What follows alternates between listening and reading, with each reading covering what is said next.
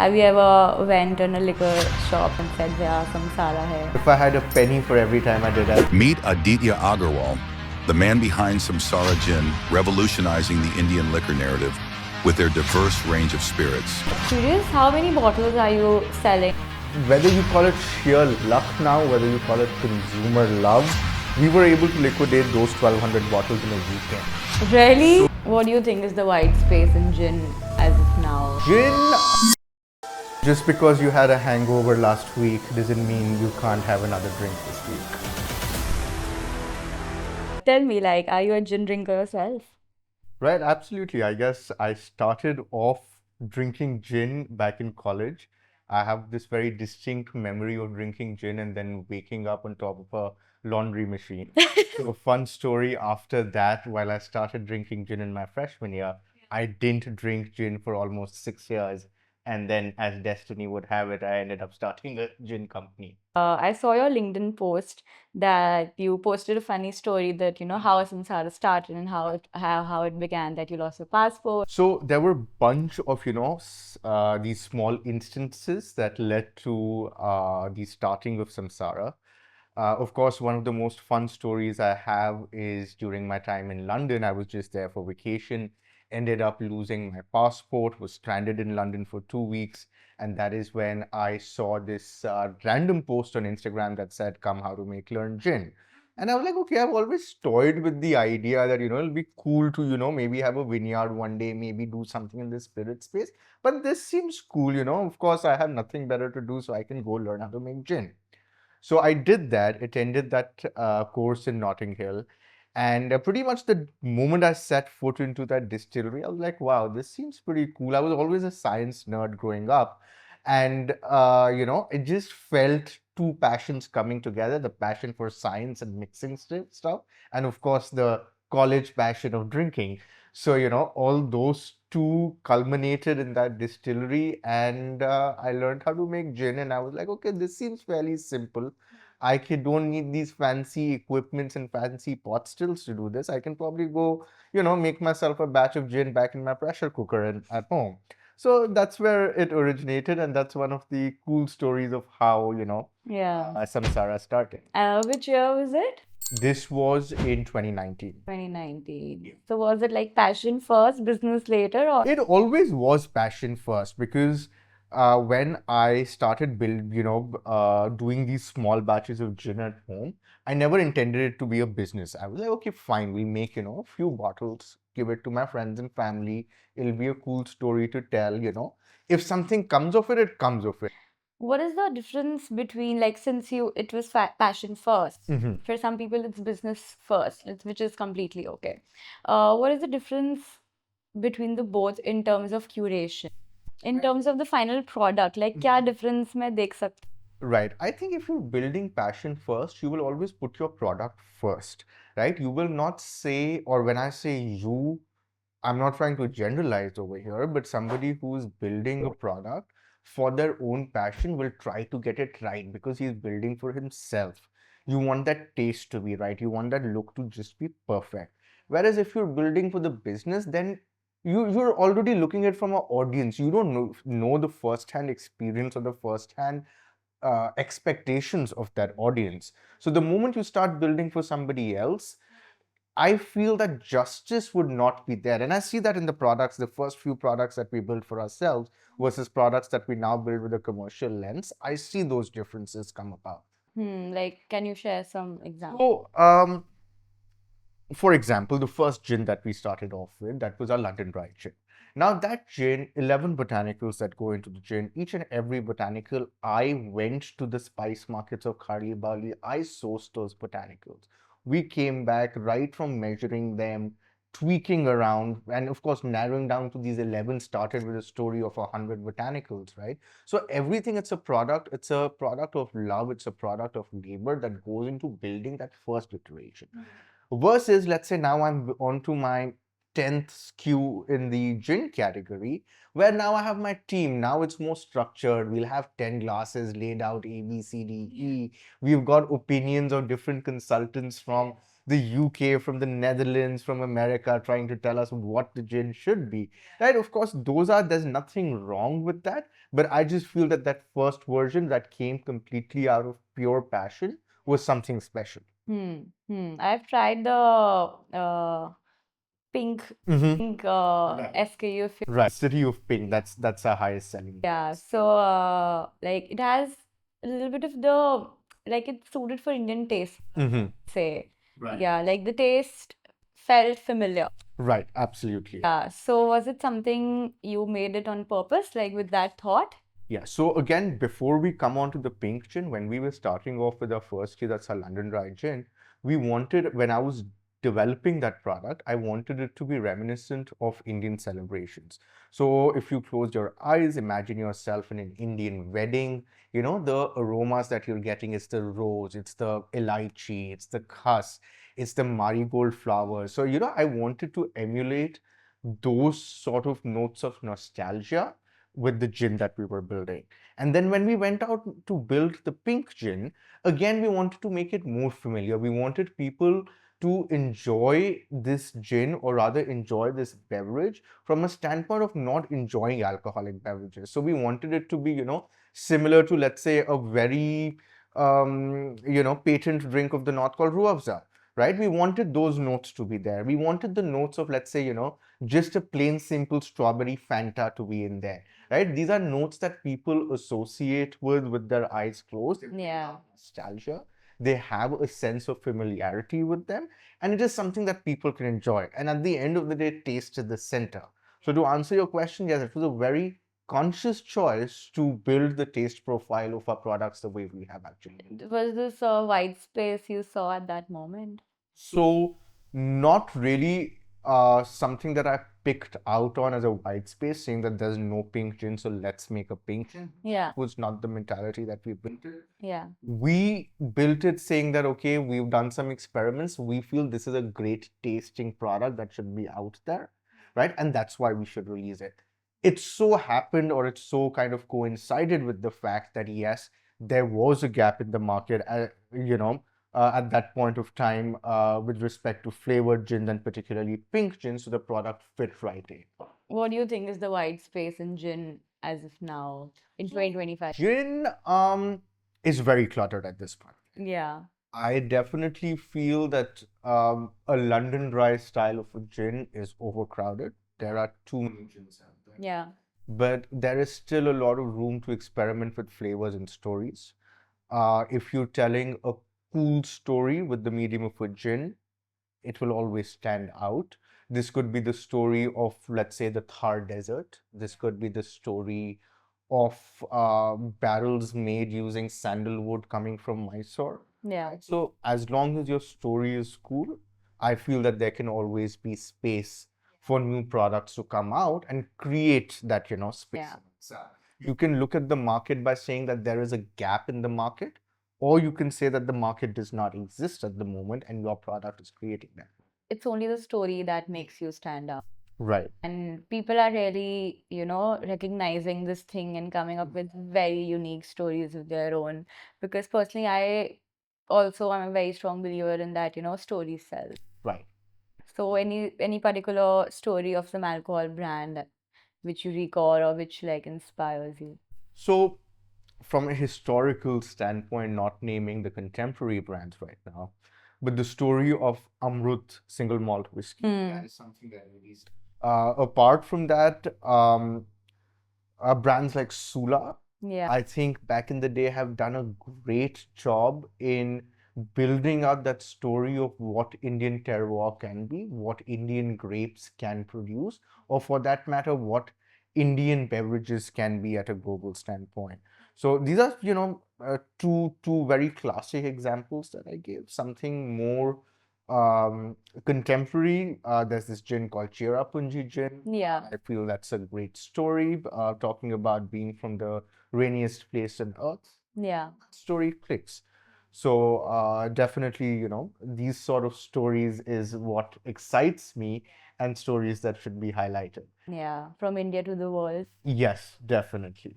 Curious, how many bottles are you selling like as of now? So, to give you a context, that's the last financial year, FY25. We did about 30,000 cases, which roughly translates into 360,000 bottles. That's what we did last year. This year, 6 months into the year, we've already crossed that number. So, hoping to double that number this year. So like you're available throughout the country. So, we're available in 11 states in India and 7 countries abroad. Have you ever went in a liquor shop and said, "Yeah, Samsara hai"? If I had a penny for every time I did that, I'd probably already be a billionaire. That's nice. That's nice. Have you caught anyone like asking for your product when you are at a liquor store? Yes, so many times. I mean, these are all heartwarming instances. I've walked into a store, there are 2 bottles of Samsara available. I've seen customers fight over those Really? bottles of Samsara. I've randomly stood next to a shelf and I've seen customers. I'm just looking at a bottle and they're like, "अरे, ये बड़ी अच्छी gin है, ये लीजिए." And I'm like, हाँ, ये best है, मैं तो हमेशा यही पीता हूँ. That's so nice. Funny stories. I've been at bars, where I can hear people across the table go like, pink wala zara gin. Yeah, yeah. A lot of times I've heard people, walk out of a liquor store saying, "Oh, you don't have some Sara Pink available. That's the only product that I'm, looking for right now." So people will actually go like 3 to 4 different liquor stores trying to find our bottles. So yeah, I think you've cracked a very nice spot with that pink gin because it's such a nice recall. right. When I think of pink gin or pink alcohol, this is what comes in my mind automatically. And I can't remember any other brand other than Samsara because it's like it's a very nice spot you have hit Mhm. the pink thing. So it's nice. I think this is a very nice sign also to like go out of your comfort zone, experiment, play around, take that risk. I mean, it could have been a flop, but Yeah, I mean, when we were starting it off, it was a hit or a miss. yeah. I think with any sort of food product, it's the customer love that drives you back. I always like to tell the story saying that you always go back to your favorite golgappe wala, even though it might be unhygienic, even though it might not be the best, ambience to be having your evening grub, but you're going back for the taste. Yeah. Same thing over here. Your label, your design, your philosophy, your brand ethos can all take a back seat. But if your taste is right, then consumers will always come back for your product. Yeah, you mentioned that, on a global scale. So, like, where do you see the Indian spirits in the global space right now? Like, not particularly gin, but like the whole. Right. So before I answer that, right, um, Japanese whiskey. Yeah. The first time people started hearing Japanese whiskey was about 10 years back. Yeah. Before that, it was all about your Glenfiddich and it was all about, your Scottish. Yeah. Yeah. That. When Japanese whiskeys came about, of course, there was a whole narrative behind the scarcity and the artificial scarcity as well as natural scarcity that made those Japanese whiskeys cool. But today, Japanese whiskeys are considered, a sort of a cool standpoint when it comes to talking about beverages. Now, why I'm bringing this up is because I see exactly Indian spirits heading in that same direction. In the next decade, Indian spirits will occupy that same prestige as what Japanese spirits occupy today. This will be both scared by natural scarcity of, quality produce being rare coming out of India, as well as brands positioning themselves as the new luxury, sort of stakeholders in the global ecosystem. Today, India is reviving its image of the Sone ki Chidiya. It's reviving its, stage or rather presence on the global luxury stage, right? And I definitely feel that these Indian spirits will play a very key role in defining that image for India. Yeah, I think 100% everyone's eyes are on India right now. And what will separate us, is embracing our like core ingredients like saffron, like lychee, as you mentioned, because this is what makes us apart from the other countries. And I think there's a huge thing, that Indian alcohol brands should like really pick up on these ingredients because that's their story and that's what, will separate them on like a shelf of 100 bottles. Right, absolutely. And even if you talk about indigenous spirits, stuff like Mahua, stuff like Feni, stuff like spirits like toddy, which have been associated with our culture, from donkeys of, I would say, centuries at this point of time. These are both products and stories that deserve to be told today at a global stage. Yeah. What is the biggest challenge opening an alcohol brand in India? I'm sure you've like answered this question 100 times, but like, is it the packaging? Is it the product? Is it the licensing? Is it the price? Was it? So, alcohol is like any other product when it comes to the development cycle for the product. You, of course, have to have a great label, you have to have a great packaging, you got to have your blend right. But the biggest caveat in alcohol is that once you've got all this sorted out, you've got to then deal with the regulation. And the regulation in alcohol is immense. It's one of the most regulated industries. Getting licenses both from a manufacturing, distribution, or even from a brand standpoint is a nightmare completely.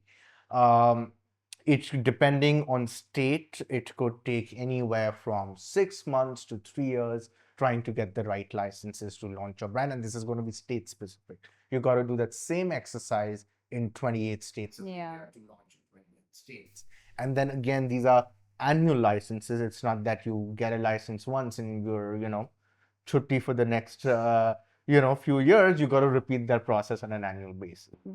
How much time did you guys took to like from the start of the idea to the final outcome? So from the first time, I decided that, okay, this product, we should do this from a commercial lens and, launch it for the shelves to it actually being on shelves. It was almost 2 years. 2 years? 2 years, 2 years is a lot. Yeah. Nice. In like alcohol bottles में bottle design का बहुत major role होता है. So any psychology you use, like what is the thing that is very like the most important when it comes to designing a bottle? So when we started off, Yeah. it was जो मिल रही है bottle ले लो. Right? We opened Alibaba.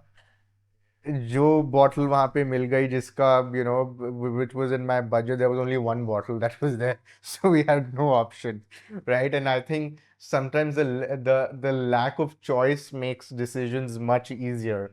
But now when we start thinking of design philosophy, psychology, all these case studies with Coca-Cola coming and saying that this is the brief that we gave for our bottle and stuff like that, it just makes it very complicated. The way I would look at it as a founder is if it looks good, if it feels right in your hand, it's the right bottle, right? So, of course, there could be tons of research. We can spend millions of dollars trying to answer this question. But at the end of the day, I feel, at least from the scale that we're at, and for anybody starting out, whatever looks good, feels right in your hand, is easily available, is the best option. I have realized this, हम लोग इतना psychology और thought process में घुस जाते हैं after we've learned things, but actually some of the decisions are very simple and we just like after talking to so many people now I realize कि थोड़ी चीज़ें is just pure luck. Correct. And it just happens in the moment without any second thoughts. And now when we look back at it, अब लगता है कि वो क्या था, but it was just meant to happen like that. No, I completely agree. It's all, lot of it is luck, a lot of it is, just things falling into place. When we started the brand, we'd gotten these bottles from Alibaba. I'd gotten 1,200 bottles. And when I'd got those 1,200 bottles, I was like, 2 साल लग जाएंगे बेचने में इसको 1,200 bottles को. And I was like, it'll be quite a process to do this. Whether you call it sheer luck now, whether you call it consumer love, we were able to liquidate those 1,200 bottles in a weekend. Really? So where we are thinking 2 years to us actually getting those numbers in 2 days was something that, that's overwhelming. You always like to think that there was a larger power involved in kind of making those things happen. When I think of alcohol, I think of duty free. And like shelves. So like do you design for shelves? So when we're designing new products, what I'm thinking is that I want to tell the story of India, at least for the product lineup that we have. We wanted to communicate India both subtly as well as very obviously. We want Indian silhouettes to be there. We want Indian designs and patterns to be there. We want Indian motifs to be there because that's what we think that we're building for at the moment, which is India, made in India for the world. Uh, as you rightly said, from the airport standpoint, also, which contributes Yeah. a chunk of our sales channel, we like to see products that, which stand out at an airport shelf. And that, of course, again, goes back to my philosophy of saying that it has to be obviously Indian in terms of its design line. Coming from this, what is it like your split of like sales? Like this is this percentage is duty free, this percentage is liquor store. Right. So I would say 80% of our sales is retail, which Okay. includes both liquor stores in the civil market as well as the airports. And the balance 20% is HoReCa, which is your hotels, restaurants, cafes, and bars. Now, in the 80%, which represents the retail market, about 20% of that comes from airports. What are the most interesting bottles have you seen like of alcohol till now? So, a lot of crazy classes, Zool, that white and blue tequila bottle, ceramic tequila bottle. I think that's a fantastic bottle, especially like the different versions and designs that they do with those bottles. That's something that's, purely a piece of art.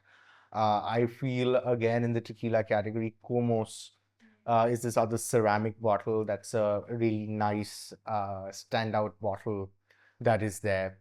When it comes to single malt, when it comes to whiskey, of course, you've got your iconic brands like a Glenfiddich, which pretty much at this point of time is just a Yeah. iconic shape that is there.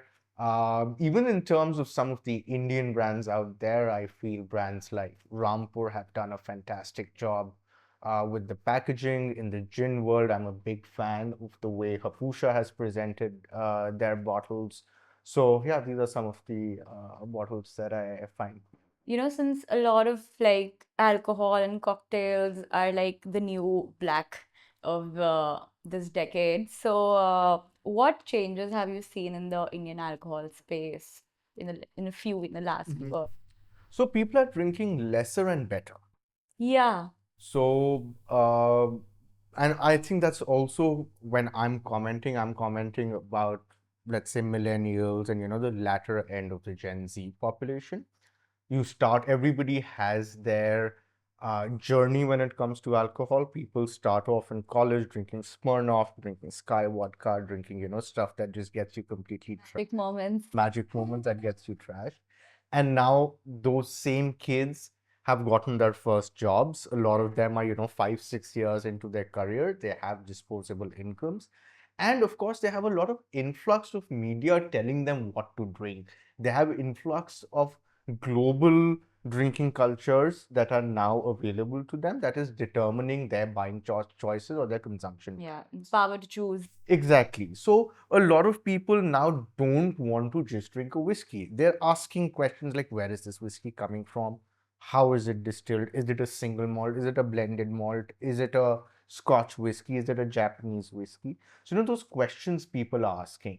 Even in terms of gin, earlier gin was just a category. People didn't even probably know names of gin brands apart from, let's say, a Bombay Sapphire or a Tanqueray. Tanqueray again was, if you knew Tanqueray, you're already ahead of the curve.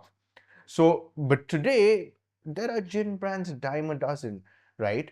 Apart from gin, categories like soju, categories like sake, categories like, of course, tequila has been around, but now newer categories like mezcal have been there, and they are getting a very quick and a favoritism sort of a value in the adoption that today's India is choosing in terms of their drinking patterns. So we're definitely seeing that shift. In terms of intoxication, I feel intoxication is no longer the motive behind drinking. There is a lot of, drinking is associated with a lot of occasions today, whether it be an occasion simple as celebrating a small win in one's life. It could be birthdays, it could be other milestones that people are celebrating. So occasion-driven consumption is something that I'm seeing a big surge in. And also mindful consumption, where people are saying that, hey, I'd rather have three nice single malts rather than getting screwed up on, a bottle of Blender Sprite over the weekend. Yeah. So It's drinking, taste yes, first. drink it, taste first, drinking better, and drinking not for the intoxication but for the occasion is something feel that is going to, drive the trend in the next couple of years to come. As you said that, occasional drinking, like occasion drinking is increasing. I think it's also because of the fact that now it is kind like people are now being very okay with it. Yes, of course, the taboo has gone Yeah. away. Since you mentioned, that tequila is around the block. Why do you think so? Like, that everyone is going mad over tequila right now. So it's just trending, right? It's of course it's a lot to do with the money that goes behind the promotion and the media, and it's a push that you're getting from the agave industry, or as people call it, the tequila mafia in Mexico. So that's what's driving it. And of course, it's an evolution in the drinking trends. People started off with, let's say, vodka. From vodka, it's an evolution to gin. From gin, as your palate refines and you're able to enjoy more complex notes, you would probably transcend towards a whiskey or a tequila. So that's what we're seeing is kind of a shift in the drinking pattern and kind of the palates of the people, and that's why tequila is trending. It's a trend that has been there in America and Europe since the last couple of years now, and we're seeing the early signs of that in India. Since you have vodka also, you have rum also, do you think rum is the next big thing after tequila? Well, rum is something that is, the way I like to look at it, is for the connoisseurs. Of course, the person who is having rum on a daily basis, that's your old monk drinking population. They're drinking rum for old monk. They're not drinking Yeah. rum saying that, oh, this is a sugarcane spirit, or I'm drinking it for the taste. But when it comes to more premium rums are very complex in terms of where they come from, how they're made, different styles, techniques of how rums can be made. And it's only a connoisseur who understands these nuances who would gravitate towards drinking rum. Rum is not something that, and I'm talking purely from a premium rum standpoint. Rum is not something that where we will see that, okay, suddenly the people who are drinking gin, they're going to start drinking rum. No, that's not. Yeah. Yeah. Premium rum is not going to see the volumes, close to what volumes are there with premium whiskey in the same price band of premium tequila, but definitely from a sobriety perspective, from people who are really snobbish about their drinks, who really care of what their drink is, I think those are the people that are adopting rum. I've seen people really opting for white rum lately. So again, because that there is no option for white rum in the country. Yeah. Rum is made distilled sugarcane juice or distilled sugarcane derivatives, whether it's molasses, whether it's jaggery, whether it's table sugar, whether it's pure sugarcane juice. Once you distill this, is what you get is a white rum. You now age it, and then you get your gold rums, dark rums, aged rum sort of this thing. So white rum is so complex. Every region can have its own different kind of white rum that is there. And if you look at the Caribbean regions, if you look at the South American region, all of them have a very diverse history associated with white rum. Now, these white rums, the reason why we are not able to understand these nuances, because then these brands don't exist in India at this point of time. The only thing that we have for a white rum is a Bacardi, which, of course, in its own style is a great rum, but that's a very beginner level rum, I would say, and that's the only option that people have when it comes to white rum. You might have a one-off bottle of Flor de Caña or Diplomatico or Plantation rum, but apart from these three brands, white rum is not something that has made its way to India right now. But I feel that white rum is something that is so delicious, so unique, that it really deserves a spot on people's bars. As a spirit producer, white rum is what I drink. I exclusively Really drink white rum, and I love collecting white rums from different places. interesting. Do you think this is a white space in the alcohol space? From a commercial standpoint, no. From an Indian commercial standpoint, from a connoisseur's collector's perspective, yes, 100%. I would love to, just focus on advocacy for white rum if I was, just to, do something completely offbeat. I feel different styles of white rum really need a lot of advocacy and promotion. Maybe in good time. Nice. So, since you're just telling that you co-founded somewhere nowhere, can you, throw some light on correct way of doing a speakeasy? Because I see like people just using this word, like throwing this word around and not knowing what it is actually. So I think you're the best person to tell us. So let's understand what a speakeasy is. In the 1950s, alcohol was banned in America. Yeah. Prohibition. Now, of course, when alcohol was banned, it led to a lot of under the table consumption. Rooms, or rather, spaces started opening up that were hidden in plain sight. So now, let's say that there's a barber shop, but behind the barber shop in the 50s, there was a bar that was serving alcohol, right? So that hidden bar, which was driven by the law that prohibited alcohol in the America, led to the rise of speakeasies, right? So that's what a speakeasy is. It's a hidden bar.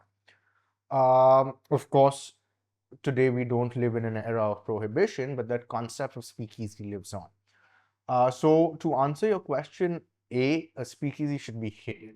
Emphasis on hidden. Yes. So if you are in the middle of Khan Market and your board says speakeasy right there, that's not a speakeasy, right? You don't need, if it's a speakeasy, then it's if you know, you know. Yeah, yeah, you should like pass through it and don't know that it exists. Absolutely. I would love to see speakeasies, behind a laundry shop. Behind, look at it this way, that there's a panwala staircase, there's a secret door, opens the latch, you go under. Yeah. Speakeasy right there, right? So anything that's hidden, anything that could be in an unassuming place, Yeah. is something that I would say makes a great speakeasy. Think you can play so much around speakeasies because it's a very exclusive thing. It's a very niche thing. So, you can just create absurd concepts, do like totally batshit crazy things, and the people who get it will just get it because it's not like you're catering to 100 people, like 100 chairs, 100 seating. वैसे भी नहीं होती. It's very limited seating. It's very niche. So I think it's like just the beginning where people will go like do very different experiential stuff with speakeasies, and it's really gonna pick up. Like I am really looking for some crazy concepts where I can go like indulge myself in that experience because I think people are really looking for that escapism factor Exactly. that is really coming in, especially like the late Gen Zs and the millennials. They're like really looking to experience and like not just go, like they really want to understand, ask questions. And even I'm seeing the menus are very informative right now. It पहले होता था कि हाँ बस एक dish लिख दी और एक लाइन में लिख दी चीज. अब now there's alcohol percentage, Yes. now there's flavor profiles, now there's everything in the menu, and the menus are getting shorter and shorter. Yes, because you want that I feel from the beverage curator standpoint, you want it to speak the story. Yeah. If you have like a 50 cocktail menu, I'm already confused. I have no idea what to order. Yeah, I think you're the fourth person on this channel that said this to you. Like in terms of F&B. Aditya, my next question is very personal and it may sound stupid also. I might cut it, but why ऐसा होता है कभी कभी, that some alcohol does not suit you, like you're done after 2 drinks. So like, what is the difference technically? Like, why does it happen? Because personally, I have some brands which I am like, I'd rather not drink. So like, why does it happen? So, to answer your question, see, alcohol is CH3, CH2, COOH in terms of the chemical formula that's there for alcohol. Now, any alcohol, when that which is ethanol plus water is the main base of your alcohol. So, as long as the ABV, which is the alcohol by volume, is consistent, scientifically speaking, all alcohol should have the same effect. Now, where the difference happens is, does this alcohol, let's say, have some sort of methanol components in it, trace amounts of methanol? Does it have trace amounts of sulfur? Does it have trace amount of sulfides in them, right? The other concept could be, or the other parts could be how much sugar, added sugar do these alcohols have, right? So these are the aspects that determine, in terms of the, I don't want to use the word purity, but the finesse of the beverage out there. Certain brands, their distillation, if it's a single distilled spirit, or if it's a spirit that has not, been filtered properly, it would have trace amounts of sulfides in them. It will have trace amounts of, methanol in it, or for that matter, any other compounds apart from the pure ethanol and water, right? And these are the unpleasant factors, or, unpleasant components of the beverage that may give you a hangover, or kind of may produce, a bad taste or something like that. So, like, is it like on the label? Can I understand it seeing the label? Not really. It's because it's not going to be there on the label. The label will tell you if it has sugar or not, right? But the label will not tell you, let's say, of course, methanol or sulfides. Technically, these are all very trace amounts that is there, right? So it's more in terms of understanding who the distiller is, who the producer is, that will tell you more about the spirit. This is like starting an alcohol brand. What did it teach you about life in a non-business way? I think relations, just managing relations, managing expectations, both within the team, from your audience, from your consumers. I guess it's a 101 in just, managing, building, and maintaining relations. That's something that I've learned around the way.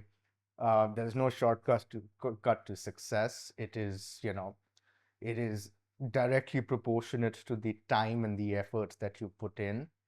And at the end of the day, if you're genuine in the story that you're telling, if you're genuine in the craft that you're presenting to the people, I think it's always a uphill journey. What content are you consuming currently? Any podcasts, any books, any videos? So I always like to consume a lot of history content. So just it could be very diverse, could be like Indian history from the Mughal era. I like, watching random videos about, prehistoric dinosaurs and stuff like that. So like I like a lot of history content from across the ages, you know. Saying like no one can, I think no one can get this about you because on the start, okay, you have an alcohol brand, okay, you have a speakeasy bar, okay, you have a non-alcoholic brand, and you're consuming historic content. It's interesting. Interesting. One last question, Aditya, I have for you is we do this with every guest. Yeah. What is the worst piece of advice you have received? Overpromise and underdeliver. I think it should always be the opposite, always underpromise and overdeliver. That is something that I've lived by. In a lot of corporate cultures, the motto is that, take on as much of work as you can, even if you're not able to deliver it. But I think the opposite should always be done. Yeah, agreed. I thank you so much, Aditya. It was lovely having a chat with you. And really wishing you the best with all your three ventures. And yeah, thank you. Thank you so much. Thank you so much for having me.